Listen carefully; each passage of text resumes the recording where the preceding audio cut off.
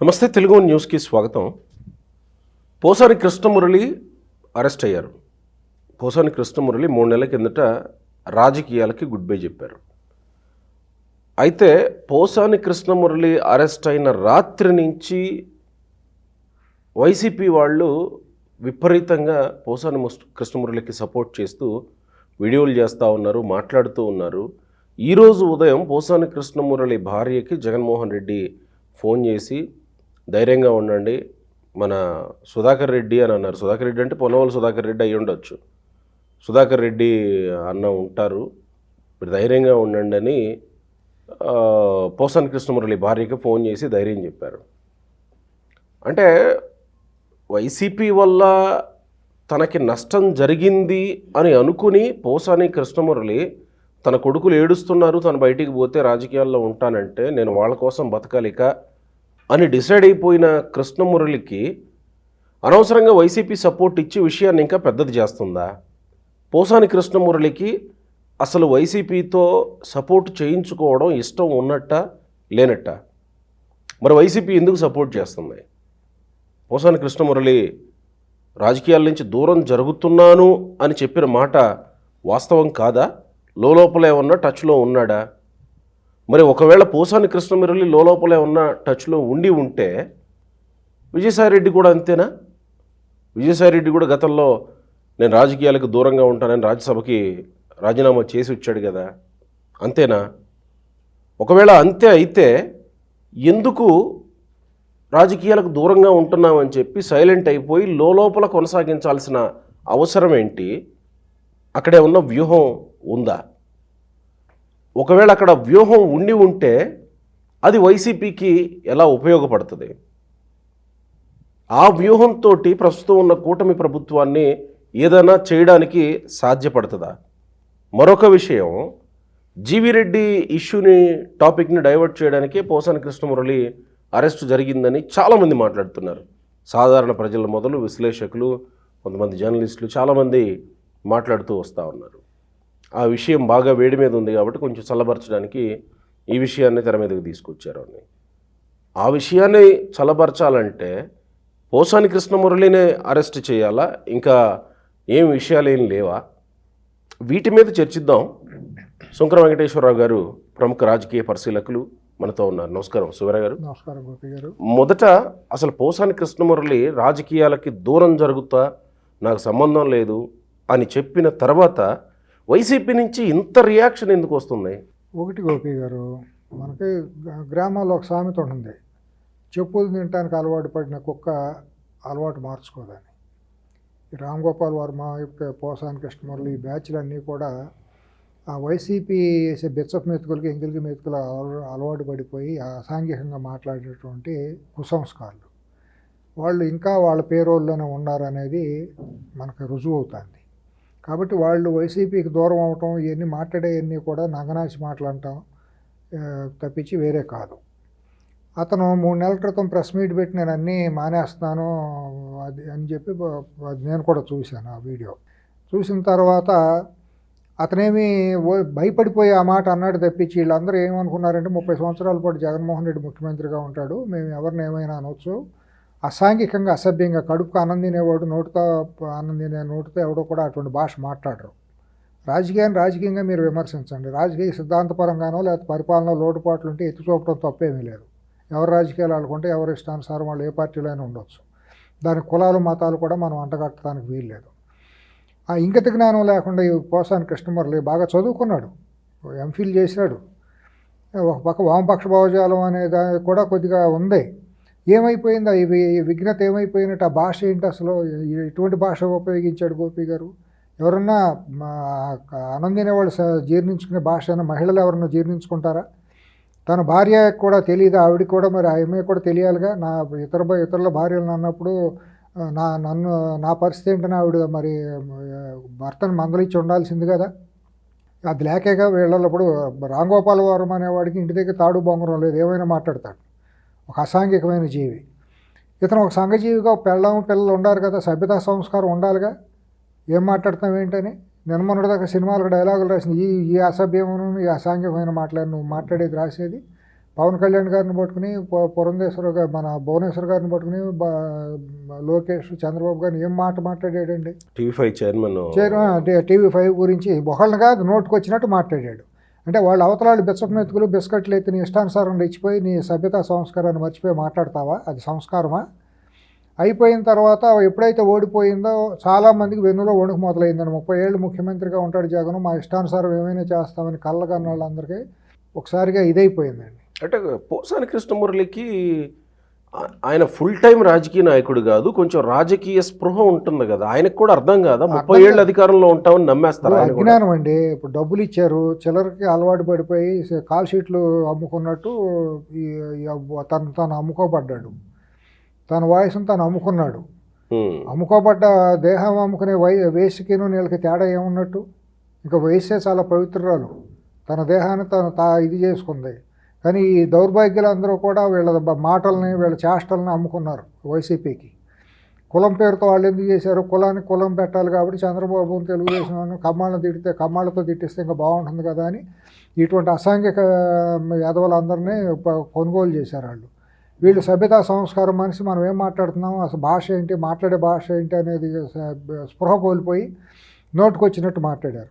పవన్ కళ్యాణ్ గారిని మాట్లాడిన బూతులు మీరు అసలు విన్నారు కదా, ఎంత దారుణంగా పవన్ కళ్యాణ్ గారి భార్య గురించి అంత దారుణంగా మాట్లాడాడో ఈడు.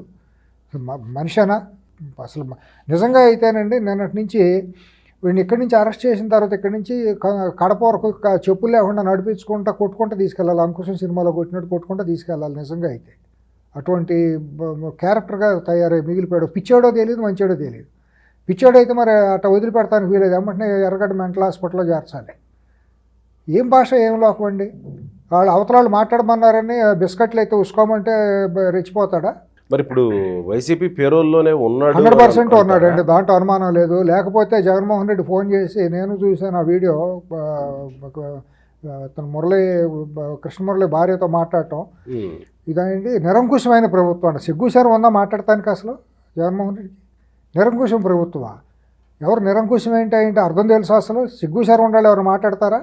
ఎంత బరిదెగించి మాట్లాడుతున్నాడండి. ఇంకా ఓ పక్క ఇప్పటికే 8 నెలలు అరెస్ట్ చేయకుండా పెట్టడం అనేది చేతకాంతనం అయిపోయిందని ప్రభుత్వం పలు ఆరోపణలు ఎదుర్కొంటుంది కార్యకర్తల నుంచి ప్రజల నుంచి కూడా. ఆ వీడియోలు చూసినప్పుడల్లా అందరికీ కడుపులో దేవుతుంది, ఇంతవరకు చేతకానట్టు మిగిలిపోయింది ప్రభుత్వం అని చెప్పి. గతంలో ఎవరెవరైతే విరుచుకుపడ్డారో అసాంఘికంగా వాళ్ళందరినీ ఇంతవరకు ఎందుకు అరెస్టులు చేయట్లేదని అందరూ నిలదీస్తున్నారు, ఎమ్మెల్యేలని, మంత్రులని, కార్యకర్తలు కానీ, నాయకులు కానీ. అంటే రాజకీయాలకు మేము దూరంగా పోతామని ఇంకా ఎక్కడ పోతుంది?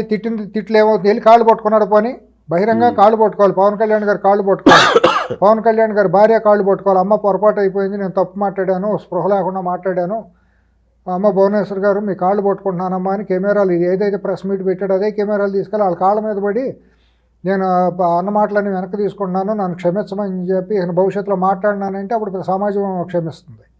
నిన్న మొన్నటి దాకా నోటుకు వచ్చినట్టు మాట్లాడి వాళ్ళు ఓడిపోగానే 5 ఏళ్ళు స్కిన్ సేవ్ చేసుకోవడానికి మేము ఓసరు వెళ్ళి రంగులు మార్చినట్టు మేము బయటికి వెళ్ళిపోతున్నామని స్వప్న మాటలు ఉంటాయి, సంప్రదాయని సుప్పిని శుద్ధపోసని అన్నట్టు. ఈ శుద్ధపోస మాటలు మాట్లాడితే ఎట్లా కుదురుతుందండి? ఎవరు హర్షించుతారు, ఎవరు క్షమిస్తారు? దాంట్లో ఎట్టి పరిస్థితుల్లోనూ అతను ఉన్నాడనే మాట. లేకపోతే వైసీపీకి దూరం అయిపోయి ఉంటే మా టీం వస్తుంది, పొన్నవాళ్ళ సుధాకర్ రెడ్డి టీం వస్తుంది, నువ్వేం భయపడమాక, మేము రెస్క్యూ చేస్తాం, మా టీం అంతా దిగిపోతుంది, న్యాయ పోరాటం చేస్తామని ఎట్టా అంటాడు? నిరంకుశం ఏంటి? అంటే ఇది చట్ట ప్రకారం మహిళల్ని కించపరిస్తే అరెస్ట్ చేసే నిరంకుశ ప్రభుత్వం అవుతుందా? వీళ్ళని అచ్చోసినాంబోతులాగా వీళ్ళని వదిలిపెట్టేయాలా వీధుల్లో? అంటే విజయసాయి రెడ్డి కూడా అంతేనా? ఏమో ఈ మధ్య వినిపిస్తున్న మాటలు ఏంటంటే సారా కుంభకోణంలో కొంతమంది ప్రముఖులు అందరూ ఎవరికాళ్ళు స్కిన్ సేవ్ చేసుకోవడానికి ఇతను విజయసాయి రెడ్డిని స్కేప్ కోటింగ్ చేయబోతున్నారు, బలిపోసం చేయబోతున్నారు అని గుర్తెరిగి తొందరగా దాంట్లో నుంచి వచ్చేసి నా వల్ల కాదు, నేను రాజకీయాల నుంచి విరమించుకుంటానని పక్కకి వెళ్ళాడు. ఇంకా అదే వైసీపీలో కనుక కొనసాగేటట్టయితే లిక్కర్ స్కామ్లో కుంభకోణంలో పీకలోతు మునగబోయేవాడు అని చెప్పి ఒక వార్త వస్తుంది. మరి అది ఎంతవరకు సబ్జెక్టు కరెక్షన్, అది నిజాలు రేపు పొద్దున్న విచారణలో కానీ తెలియటానికి వీల్లేదు. అంటే వైసీపీ నుంచి పక్కకు పోయినంత మాత్రాన రేపొద్దున విచారణ దర్యాప్తు కనుక బాగా వెళ్ళిన తర్వాత అతను ఉంటే తప్పకుండా అతను కూడా శిక్ష ఎక్కడికే పోడు. అది గ్రావిటీ తగ్గొచ్చు. ఒకవేళ నేను లేను కదా అనే ఉద్దేశంతో ఏమైనా గ్రావిటీ తగ్గొచ్చు అదే పార్టీలో ఉంటే. అదే పార్టీలో ఉంటే మొత్తం అంతా భుజాన్ని వేసుకోవాల్సి వచ్చేది. అని బయట అంటాం. అది కొన్ని అంటే నా ప్రశ్న ఏంటంటే ఇక్కడ విజయసాయి రెడ్డి రాజకీయాలకు దూరం అని చెప్పాడు, కానీ వైసీపీ పార్టీకి ఎప్పుడూ రాజీనామా చేయలే ఆయన ఇప్పటి వరకు. లేదు, లాబియింగ్ తెర వెనక చేస్తున్నాడేమో మరి తెలియదు, కానీ అది ఎవరూ చేయలేదు. ఫోన్లో చేసేది కదా, లాబియింగ్ చేసేది ఫోన్ల ద్వారా చేయొచ్చు, వేరువేరుగా రహస్యంగా చేయొచ్చు. క్రియాశీలకంగా లేడు, రాజ్యసభకు ఇది చేశాడు, పార్టీ కూడా రాజీనామా చేస్తున్నాను మర్నాడు వెళ్ళాను అన్నాడు. అది మర్నాడు చేశాడా, చేస్తే యాక్సెప్ట్ చేయకుండా పక్కన పెట్టారో మనకు తెలియదు.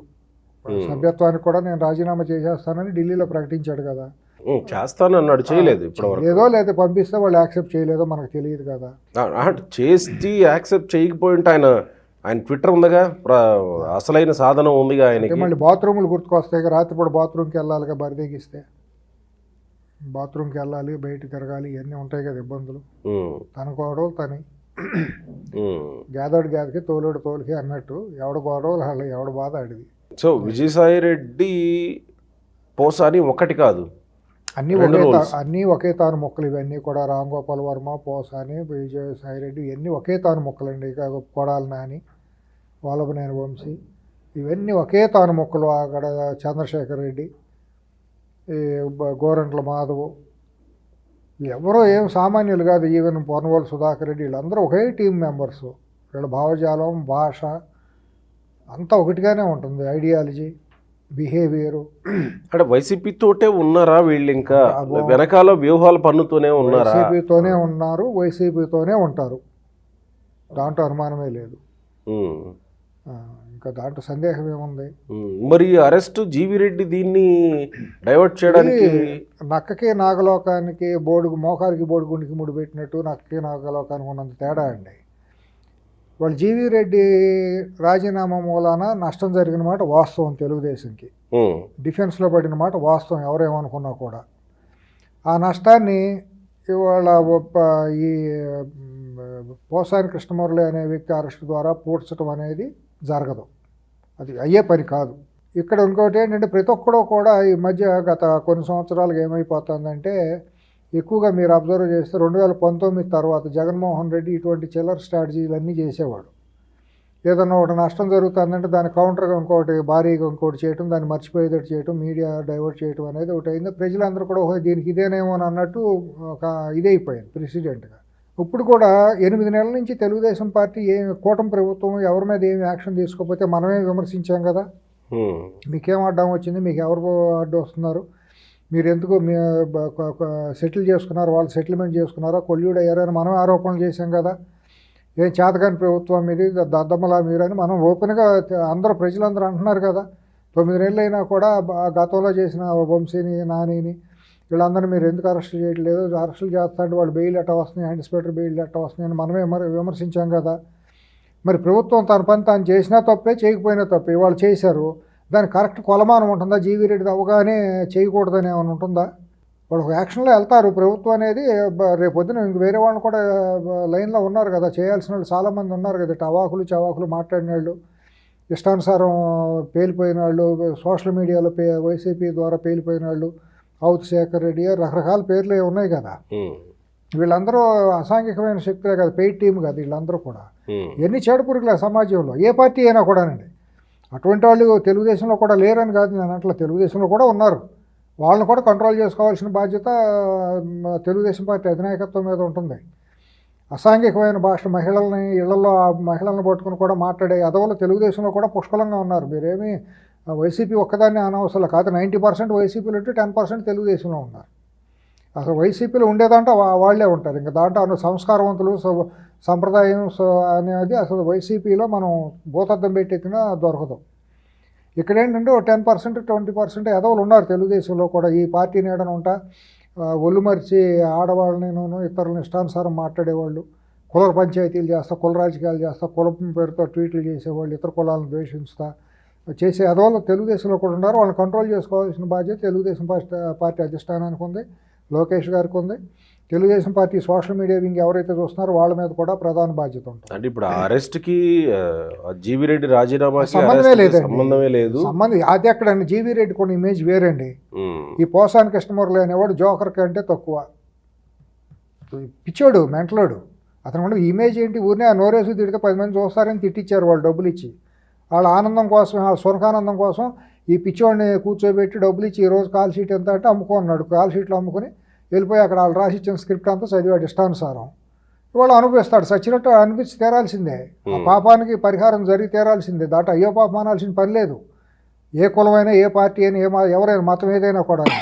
అతను మాట్లాడిన భాష అంత నీచమైన భాష. నేను ఆ పార్టీ ఉద్దేశంలో మాట్లాడట్లా, ఒక మనిషిగా సంస్కారమైన సభ్యత సమాజంలో ఉన్నాం కాబట్టి మాట్లాడుతున్నాం. అటువంటి వాడిని అసలు జీవీ రెడ్డి ఒక నో డౌట్ అండి, అతనితో పోల్చదగిన వ్యక్తి కాదండి. జీవీ రెడ్డి స్థాయి వేరు, అన్డౌటెడ్లా చదువుకున్నాడు, అది విఘ్నత, సంస్కారం, సంప్రదాయం ఉంది. ఎప్పుడు కూడా సంస్కారం దాటి ఎప్పుడు మాట్లాడాల. తను రాజకీయంలో ఆవేశపడిపోయి తొందరపడి ఏమన్నా రాజీనామా చేసి ఉండొచ్చు. తెర వెనక ఏమో ఇబ్బందులు ఉన్నాయి మనకు తెలియదు, ఇంకా బయటికి రాలేదు. ఎక్కడ తప్పులు జరిగినాయి, ఎక్కడ పొరపాట్లు జరిగినాయి అని మనకు తెలియదు.